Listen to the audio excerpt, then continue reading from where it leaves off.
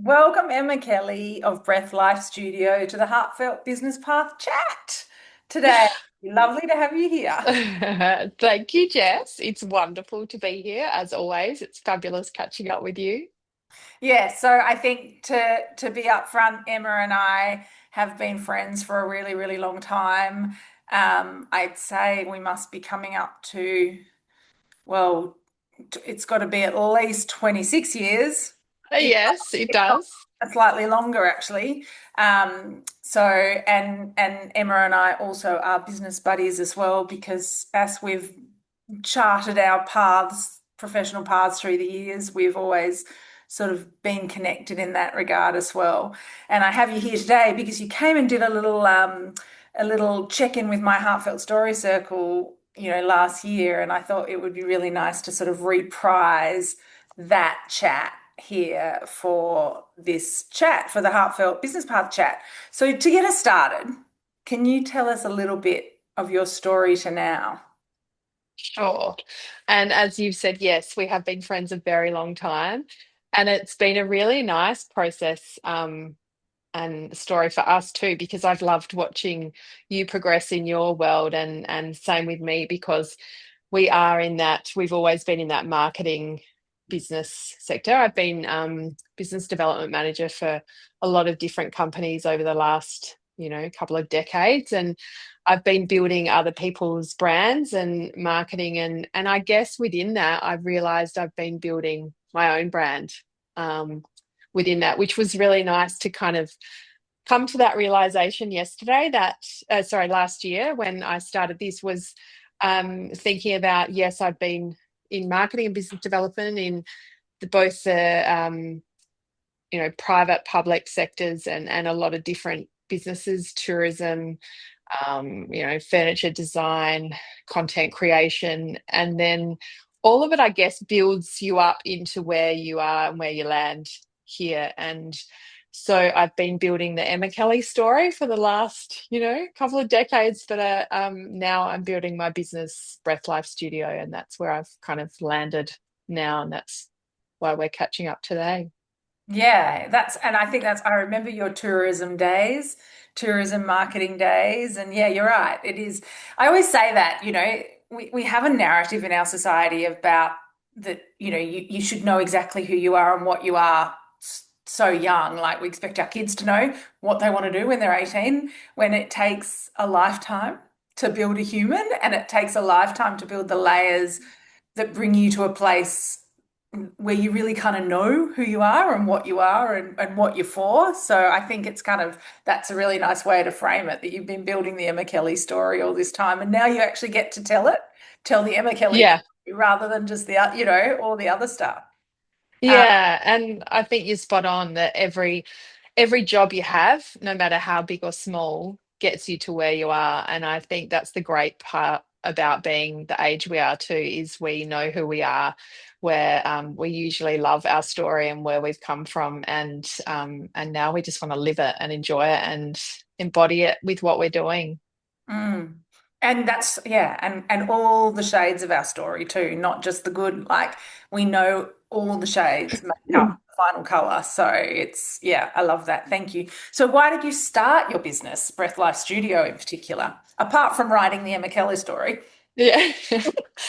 I guess I'd been in that corporate space for a long time and had also been in that busy stage of life, particularly for myself within that. So, working, managing children, managing a life, managing a husband, and business, and seeing that the corporate space, particularly, is a pretty full on stressful place. We're all working harder. We're all, everywhere I go and see is people are busy, people are overworked, people are, their capacity is full. And I recognized that there has to be another way. And I came across breathwork about 2 years ago, just on a holiday in Sydney, with my daughter. Just went to a cool studio in Bondi.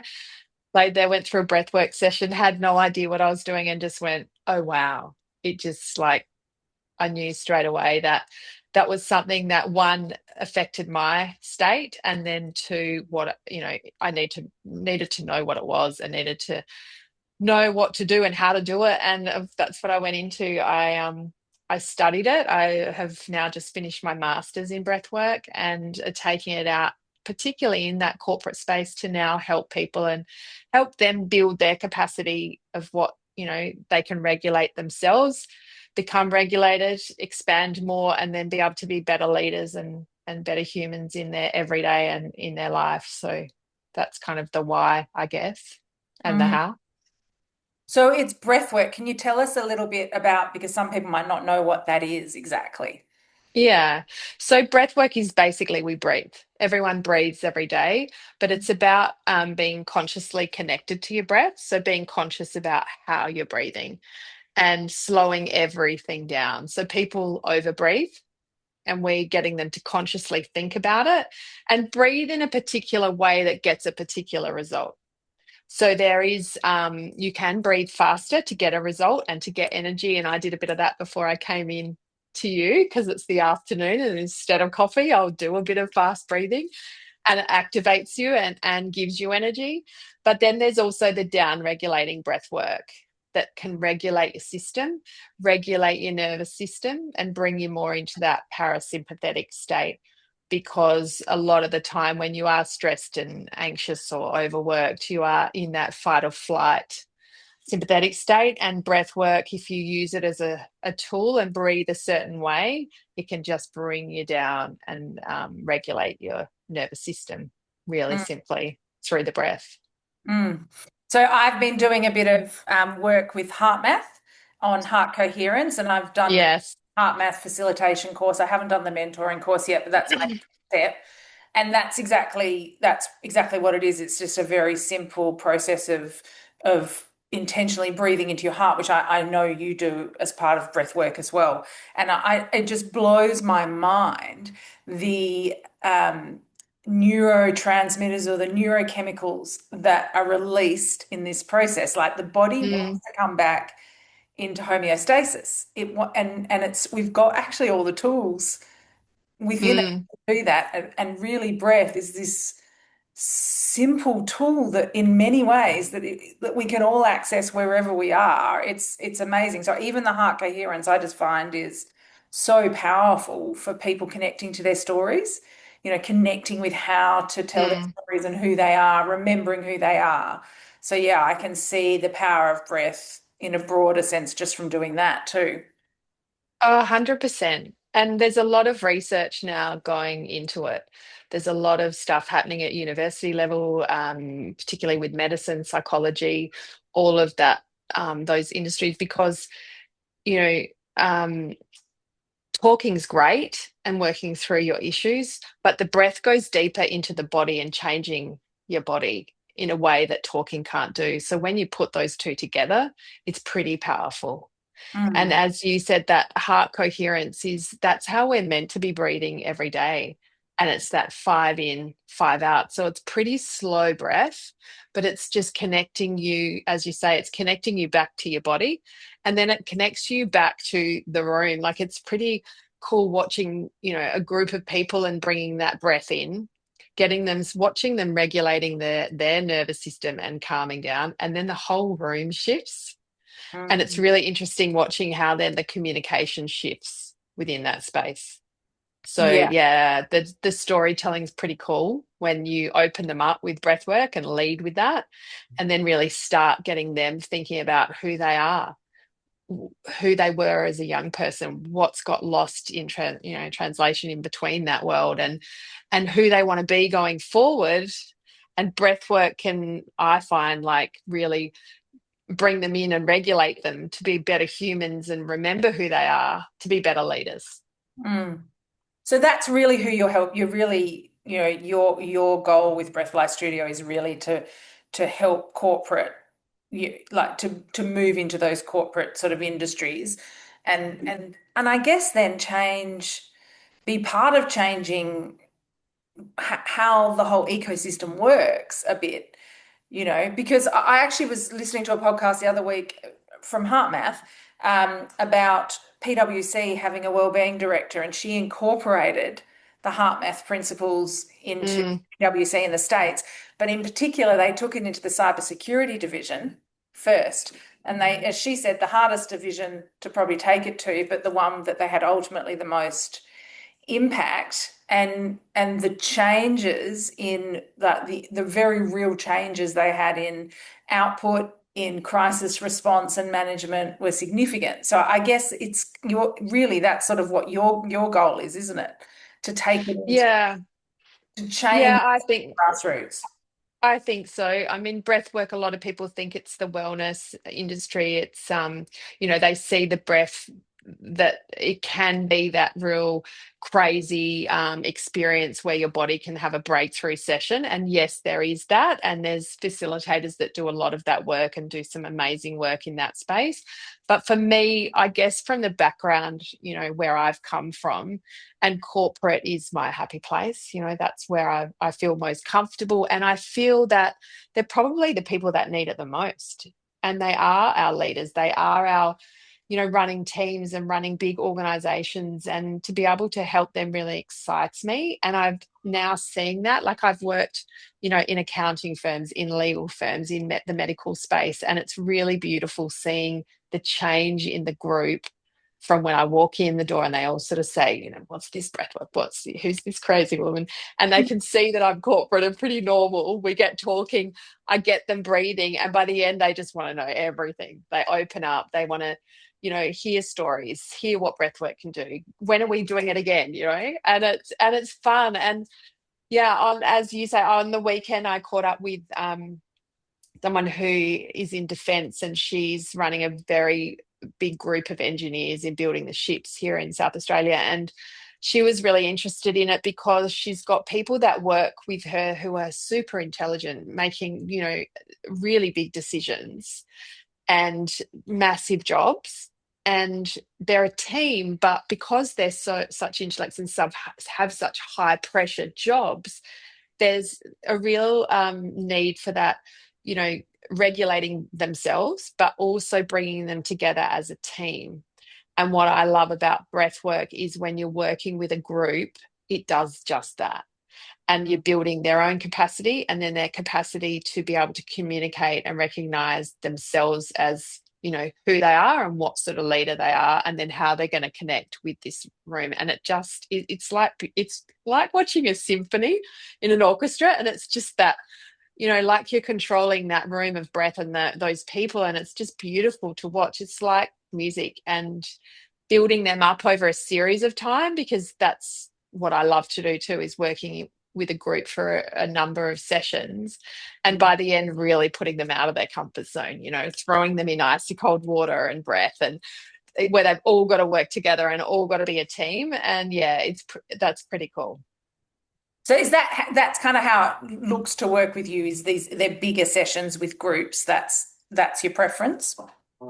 Look, there's lots of different ways to work with me. I am doing one-on-one, particularly with leaders or sports people. The sports industry really excites me because you're expanding their performance base with sport, with breath.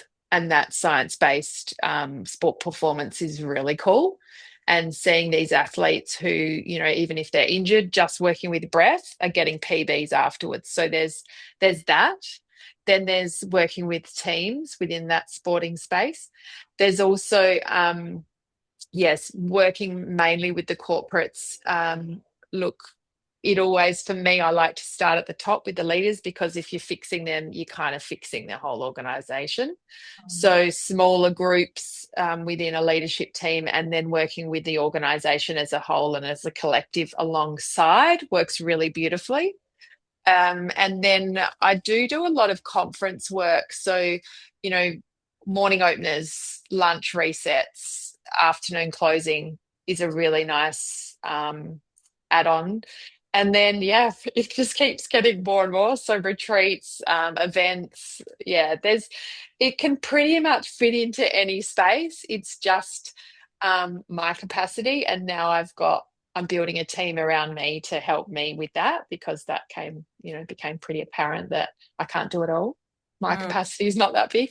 So yeah, there's lots of different ways to work with me. And the thing that I love is finding out, okay, who's contacting me, what do they need, and building something to tailor it for them.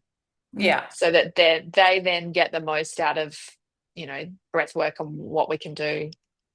So I yeah, I think could I could it's, go on and on, Jess. yes, I know. It's that lovely that, that we are moving into a time in business where somatic practice is going to become more and more accepted and more common, and that is a bloody good thing as far as I am concerned. Tell me, I just am curious, like when you had that breath work experience the first time, what was it in it that really just made you go, oh my God, this is it for me?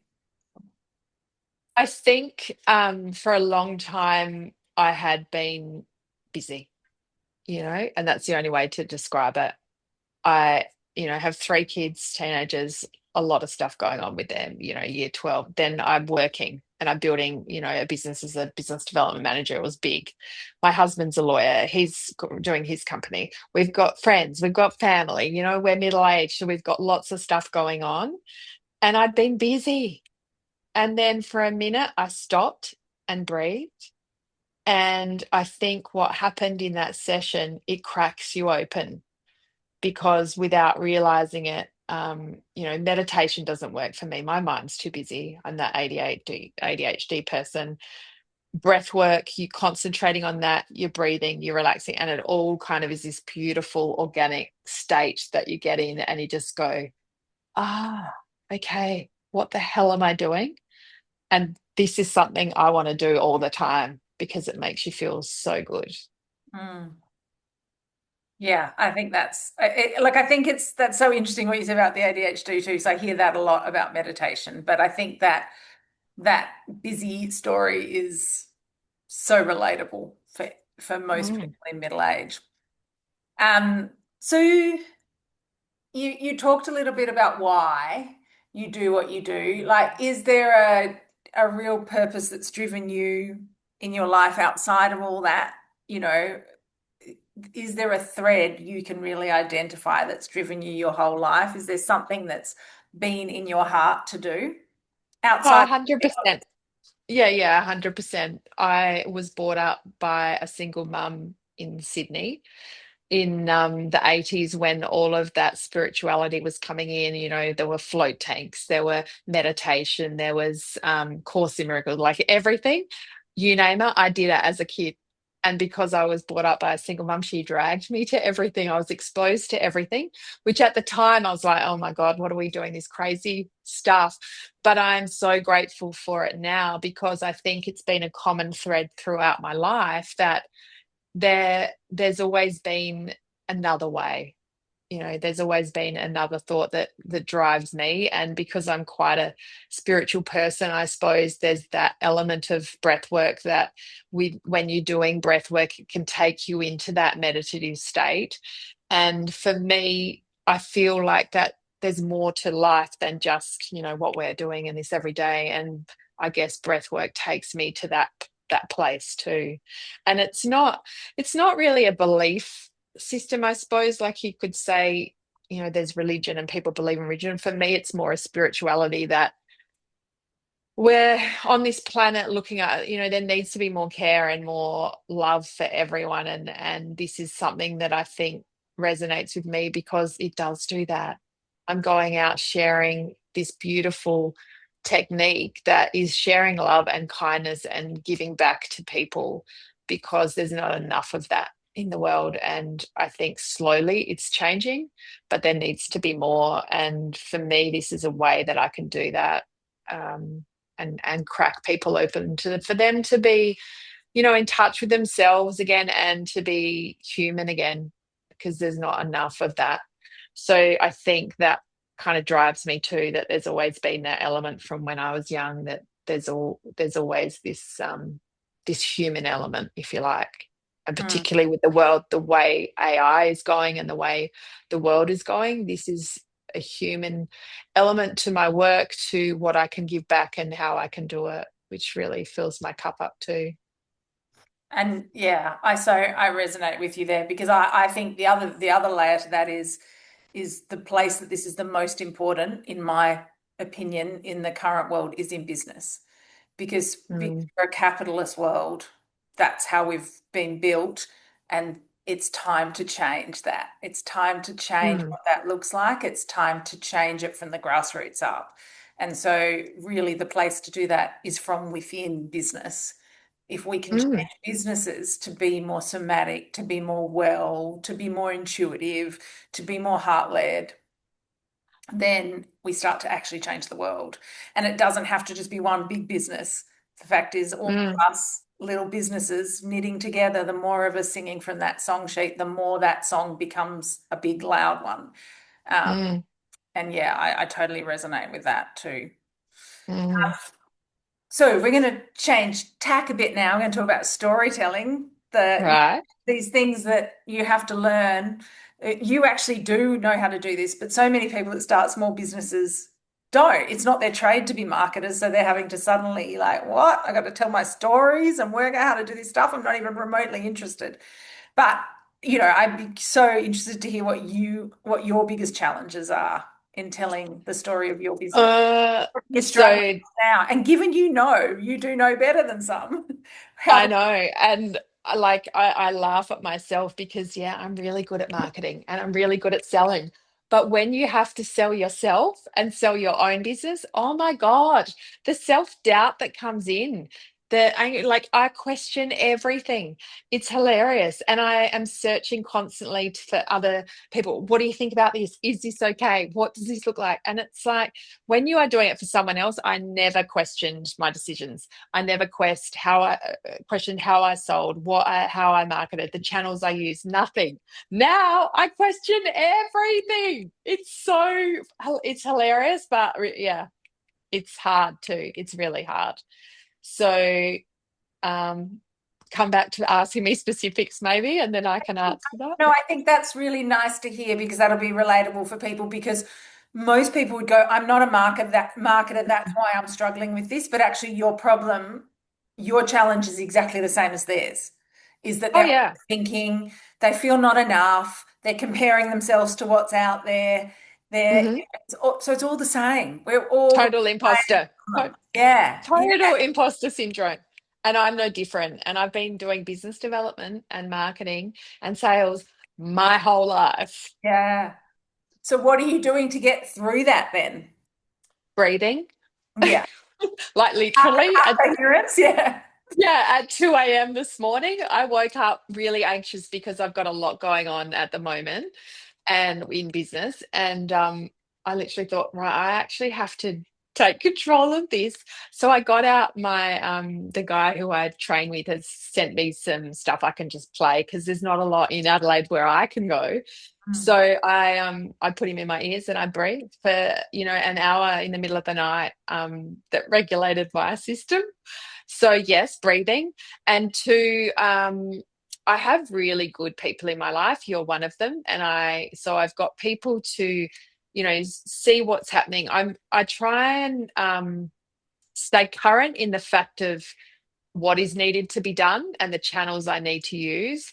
But I'm really conscious about staying in my lane and also telling my story. So I don't look at competitors too much because I find if I do, that freaks me out. And I think, oh God, I should be doing that, or I should be saying it that way, or I should be doing that. So it's really funny. I should probably be looking at my competitors more closely, but I don't because I want to keep my tone of voice authentic and stay in my lane because I think there's room for everyone. And if you get too caught up in what everyone else is doing and you become that, then we're no different. So Mm. stay authentic to you and stay different because you're not going to attract everyone. You're not going to be the right person for everyone, but you're going to be the right person for the people you need to be in front of and they're going to hear your story and want you. Yeah. I call it you are the strategy to connect and Mm. convert. And it actually wouldn't matter what your business was. You're still the strategy. No. It's you, people buy from people. So whatever your unique energy that you bring to the business, to the page, is what is going to connect with people. And yes, 100%. The people that are meant for you won't pass you. And so Yeah. they hear you, they hear your soul, your story, your soul, your energy, Mm. however you want to call it. They hear that, uniquely. I think that the challenge in the current social media world is most people are lurkers. And so even though they might Mm, be very engaged with you, they may not be actively engaging. And so it's mm, hard to know. And so that can be hard in marketing. But I think the one thing I would say from, our experience is they're still there. They're kind of yeah. quietly, gently watching. And Yeah. And also don't be afraid to try things. Like I particularly like there's different avenues, obviously. Like LinkedIn is very different to Instagram for me, particularly. It's totally two totally different platforms. So I speak quite differently in each one. But I do still play around with that because one, I still want to be authentic, so I want the stories to come from me.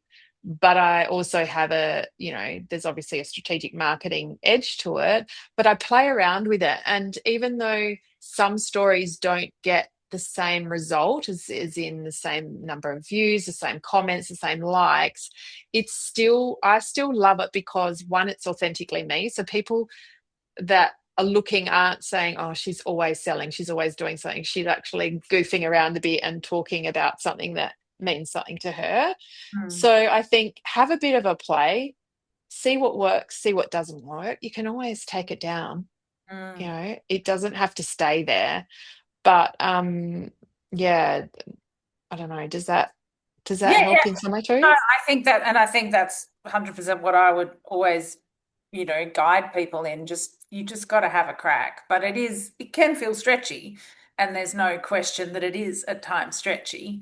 But Mm, as long as it doesn't feel bad, I think, it can feel stretchy and a little bit edgy and a little bit like you're putting yourself out there. mm, That's fine. If it makes you feel sick, then that's maybe not your way. yeah. So, And it's uncomfortable. Like it's mm, even for me who's been doing this stuff for a long time, it's really uncomfortable for me putting myself out there. Um, yeah, so that's why I love like having you as someone to watch because I know it's uncomfortable for you too, but you do it. And the stuff that I think you're really great at is informational stuff too. You're actually telling us something we need to hear or giving us ideas. And I try to think about how I can do that too. So there's an element of giving back too, not just promoting yourself. So I think that's really important to hang on that's to too.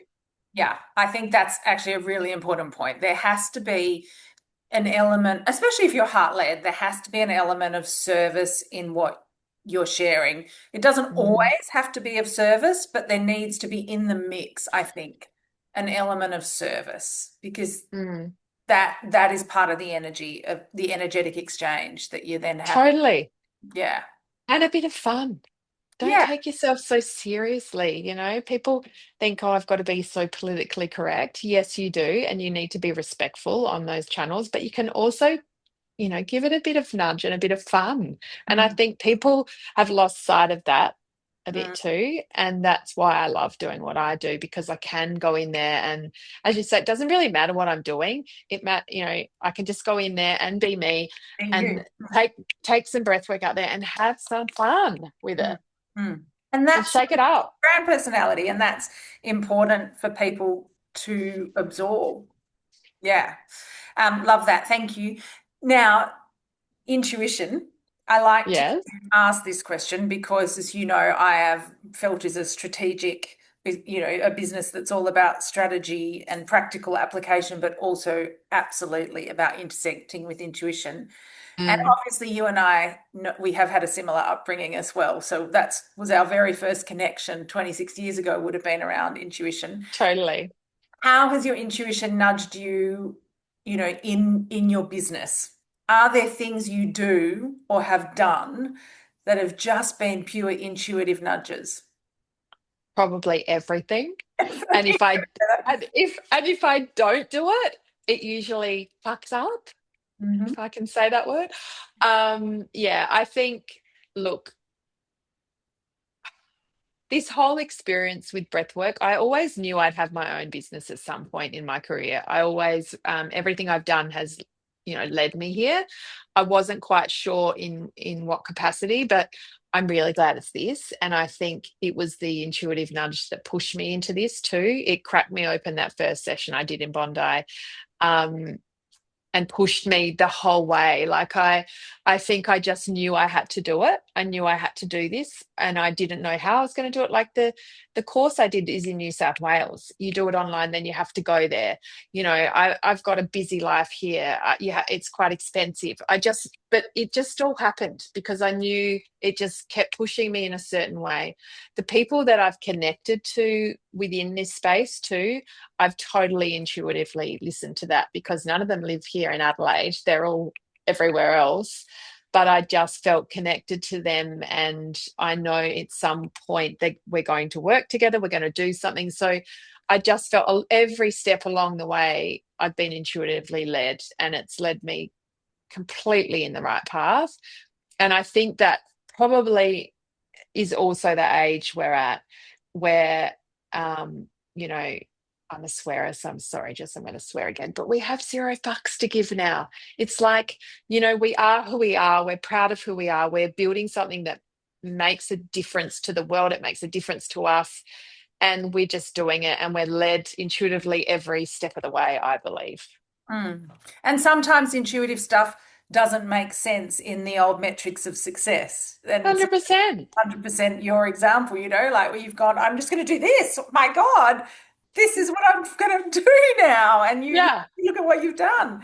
But yeah, Yeah. that's, also a really important, like learning to listen to it again sometimes is you're like, oh, this might not make sense financially or to someone who's watching, but Mm. sometimes it's part of a bigger picture. And you then look back and go, it makes total sense now.